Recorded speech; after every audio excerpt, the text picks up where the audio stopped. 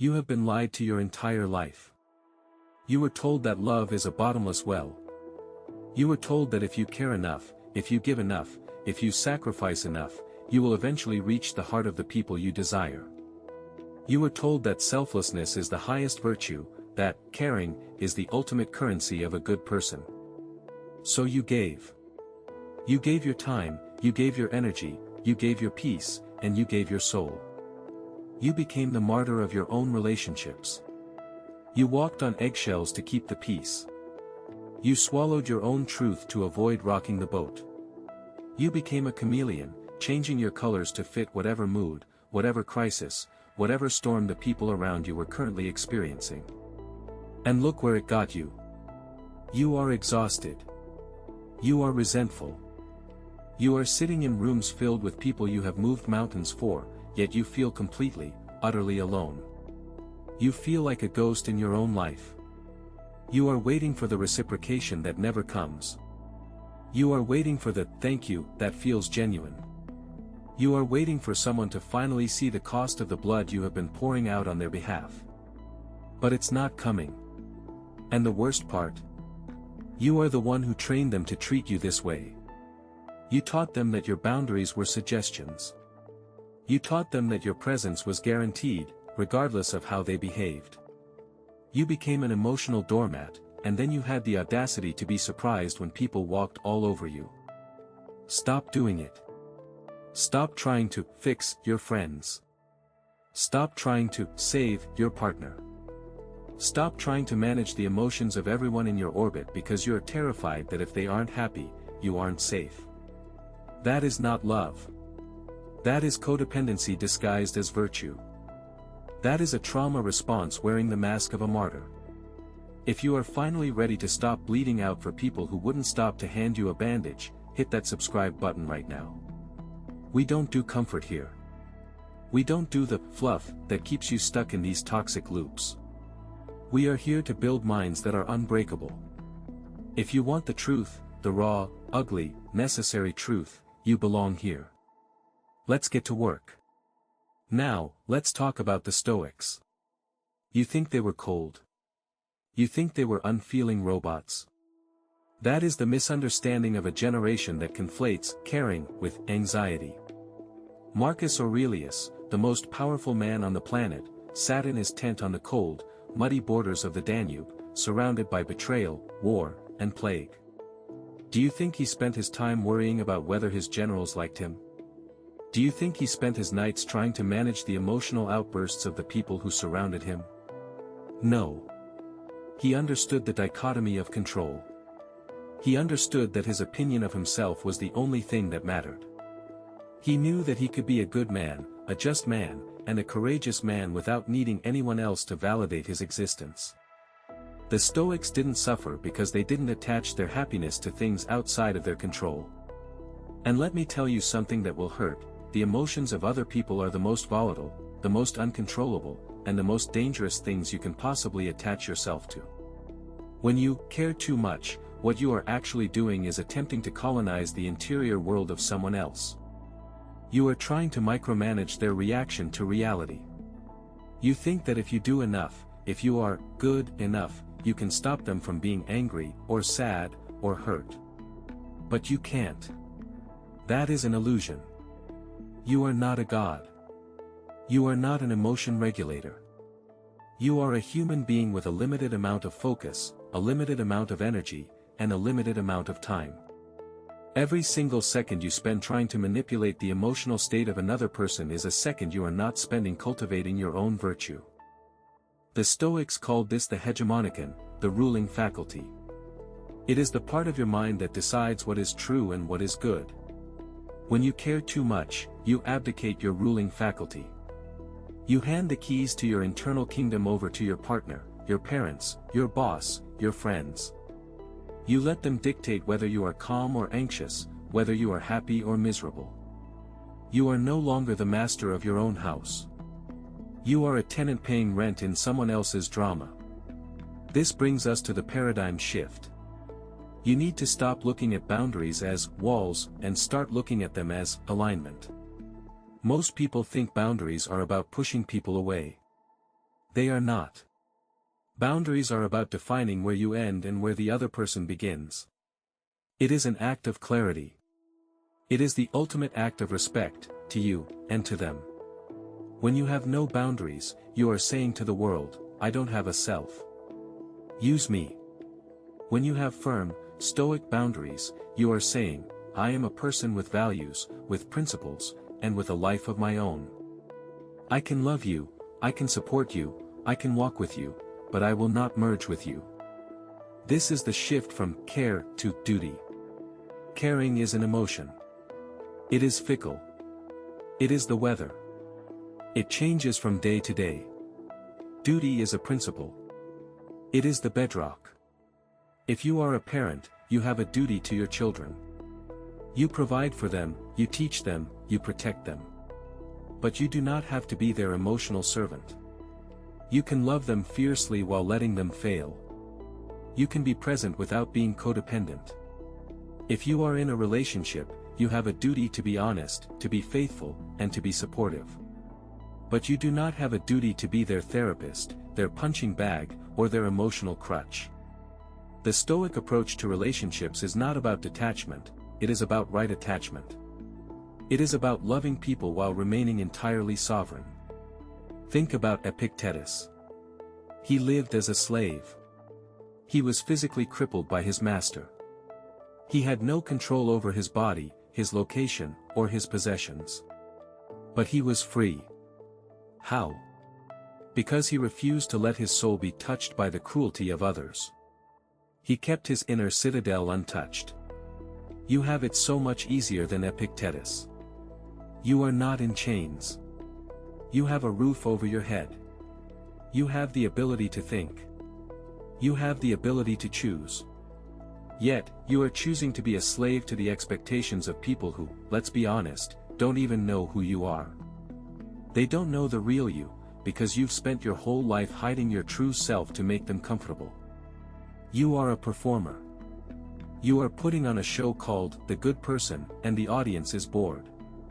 It is time to fire the audience. It is time to stop asking for permission to be whole. Here is the practical application. You need to start practicing the pause.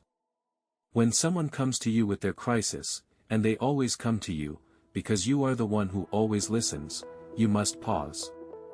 Before you jump in, before you start offering solutions, before you start feeling their pain, you must ask yourself, is this my business? Is this the business of the universe? Is this a problem I can actually solve? Or is this just someone else's failure to manage their own emotions? If it is their problem, let them have it. Do not take it. Do not hold it.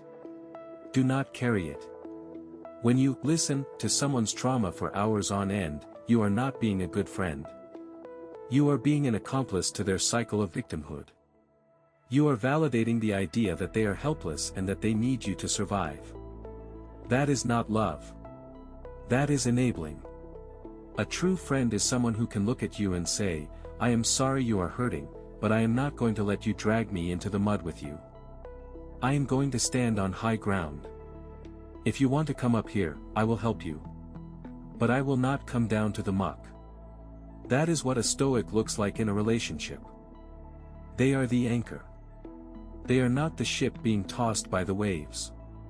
They are the fixed point that allows the ship to find its way back to safety. You want to improve your relationships? Stop trying to be everything to everyone. Be something to yourself. The more you value your own integrity, the more others will respect you. It sounds paradoxical, but it is a law of nature. People do not value what is cheap. If you are always available, if you are always compliant, if you are always caring, you are cheap. You are a commodity. But if you are a person of principle, if you are kind but firm, if you are loving but independent, if you are present but protective of your energy, you become rare. And people gravitate toward what is rare. Stop worrying about being nice. Start worrying about being just. Nice is about being liked.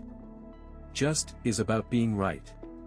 Nice is a social lubricant. Just is a moral compass. Most of the problems you have in your relationships right now are because you are trying to be nice when you should be just. You are letting people break your boundaries because you are too afraid of being seen as the bad guy. But let me tell you something, the person who has a problem with your boundaries is the person who benefited from you not having them. Read that again. The people who get angry when you set a boundary are the people who were exploiting your lack of one. Their anger is a compliment. It is a sign that the boundary is working. It is a sign that you have finally stopped being a source of free labor for their emotional instability. Let them be angry. Let them be disappointed. Let them tell you that you've changed. You have changed. You are becoming a person of substance. And substance is always threatening to the hollow. You need to ruthlessly audit your social circle. Who is a partner in your growth? Who is a drain on your spirit? You have a moral obligation to remove yourself from environments that require you to betray your own nature. If a friend constantly creates chaos, if a partner constantly tests your loyalty by making you choose between them and your values, then they are not a relationship. They are a test. And you are currently failing the test by staying. You think you are loyal. You think you are sticking it out. That's not loyalty. That's fear. That's the fear of being alone. But you are already alone.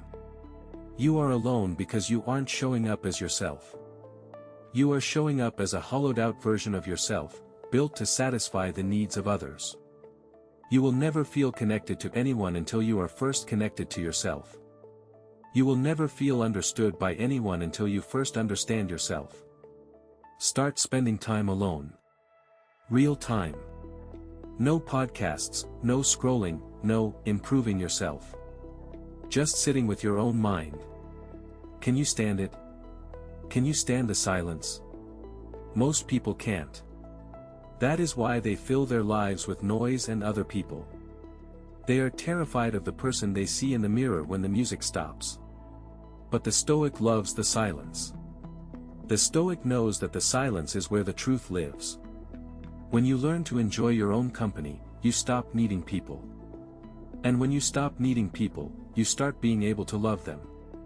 Because love is not a transaction. Love is not, I will give you this, if you give me that. That is a contract. That is business. True love is, I am complete, and you are complete. I am here, and you are here. And we are going to walk through this life together, as two separate, sovereign souls. That is the only kind of love that lasts.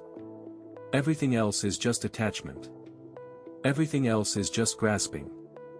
Everything else is just fear in a different costume. You have spent so much time being afraid of losing people.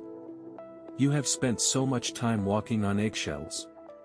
You have spent so much time playing small to keep others feeling big. It ends today. You are a human being with a spark of the divine. You are capable of greatness, but you are settling for the scraps of validation from people who don't even know how to build their own lives. Stop looking for a hack to fix your relationships. Relationships are not software. You cannot update them. You cannot patch them. You can only change yourself.